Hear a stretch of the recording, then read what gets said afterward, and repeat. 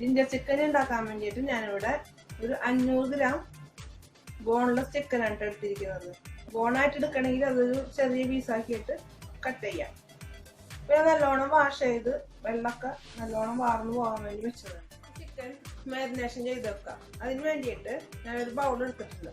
അതിലേക്ക് ഞാനിവിടെ 3 table spoon cornflour എടുത്തിട്ടുണ്ട്.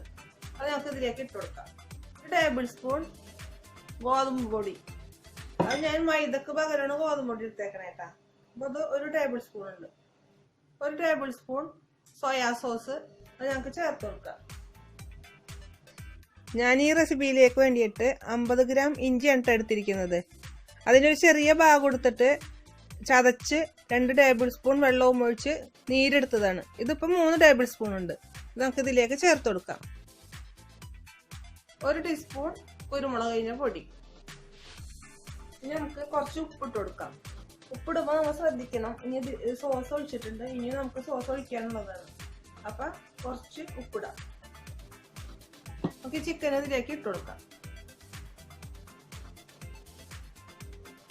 ഇത് നല്ലോണം ഒന്ന് മിക്സ് ആക്കി കൊടുക്കാം കേട്ടോ. എന്താ ഇപ്പൊ ചിക്കൻ നല്ലോണം മിക്സ് ആക്കി വെച്ചിട്ടുണ്ട് കേട്ടോ. ഇതിപ്പോ ഞാന് ആ 3 ടേബിൾ സ്പൂൺ ഇഞ്ചിയുടെ നീരുകൊണ്ട് തന്നെ ഞാനിപ്പോ ഇത് മിക്സ് ആക്കിയേക്കാണ്. ഞാനിപ്പോ ഇതിൽ വേറെ വെള്ളമൊന്നും ഒഴിച്ചിട്ടില്ല കേട്ടോ. നമുക്കിത് ഒരു അരമണിക്കൂറോളം ഒന്ന് റെസ്റ്റ് ചെയ്യാൻ വെക്കാം. ചിക്കൻ ഫ്രൈ ചെയ്യാൻ വേണ്ടിയിട്ട് ഓയിൽ ഒഴിച്ചിട്ടുണ്ട് കേട്ടോ. അപ്പോൾ ഇത് ചൂടായിട്ടുണ്ട്. അപ്പോൾ നല്ലോണം ചൂടായിട്ട് വേണം നമ്മ ഈ ചിക്കൻ ഇതിലേക്ക് ഇട്ട് കൊടുക്കാൻ. ഓരോന്നായിട്ട് ഇട്ട് കൊടുക്കുക. അതായത് കോൺഫ്ലവർ ഒക്കെ ഇട്ടതുകൊണ്ട് തന്നെ ഒന്നിച്ചിടുമ്പോൾ അങ്ങോട്ട് ഒട്ടിപ്പിടിക്കാൻ ചാൻസ് ഉണ്ട്.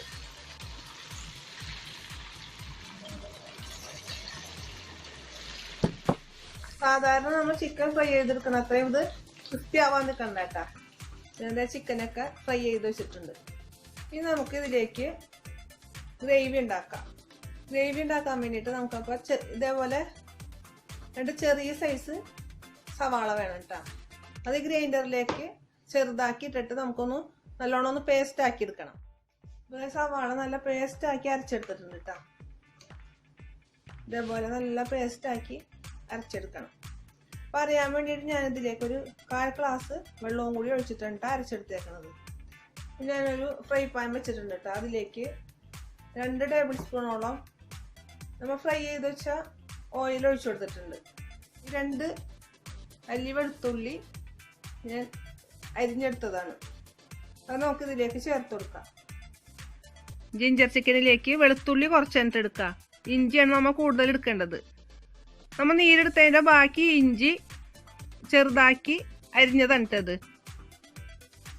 2 പച്ചമുളക് അത് നമുക്ക് ഇതിലേക്ക് ചേർത്ത് കൊടുക്കാം. ഇതൊക്കെ നല്ലോണം ഒന്ന് മൊരിച്ചെടുക്കാം. അപ്പം ഇഞ്ചി വെളുത്തുള്ളിയൊക്കെ നല്ലോണം മൊരിഞ്ഞ് വന്നിട്ടുണ്ട് കേട്ടോ. നമുക്ക് ഇതിലേക്ക് സവാള പേസ്റ്റ് ഇല്ലേ അത് ചേർത്ത് കൊടുക്കാം. നല്ലോണം മിക്സ് ചെയ്ത് കൊടുക്കാം കേട്ടോ. ഹൈ ഫ്ലെയിമിൽ ഇട്ടിട്ട് മിക്സ് ചെയ്ത് കൊടുക്കാം. അപ്പോൾ ചൈനീസ് ഡിഷൊക്കെ നമ്മൾ ഉണ്ടാക്കുമ്പോൾ ശരിക്കും നല്ല ഹൈ ഫ്ലെയിമിൽ ഇട്ടിട്ട് വേണം കേട്ടോ നല്ലോണം മിക്സ് ആക്കി കൊടുക്കണം. ഈ സവാള നല്ലോണം വാടി നല്ല ഒരു കളർ വ്യത്യാസം വരണം. അതുവരെ നമുക്കിത് വഴറ്റി കൊടുക്കാം.